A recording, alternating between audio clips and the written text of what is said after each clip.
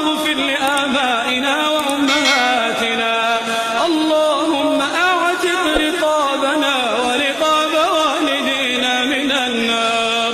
اللهم اغفر للمؤمنين والمؤمنات والمسلمين والمسلمات وألف بين قلوبهم وأصلح ذات بينهم واهدهم سبل السلام اللهم اغفر لآبائنا وأمهاتنا، اللهم أعتق رقابنا ورقاب والدينا من النار.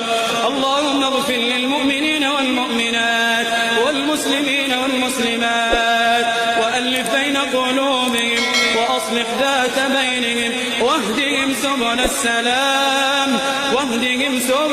اللهم اغفر لآبائنا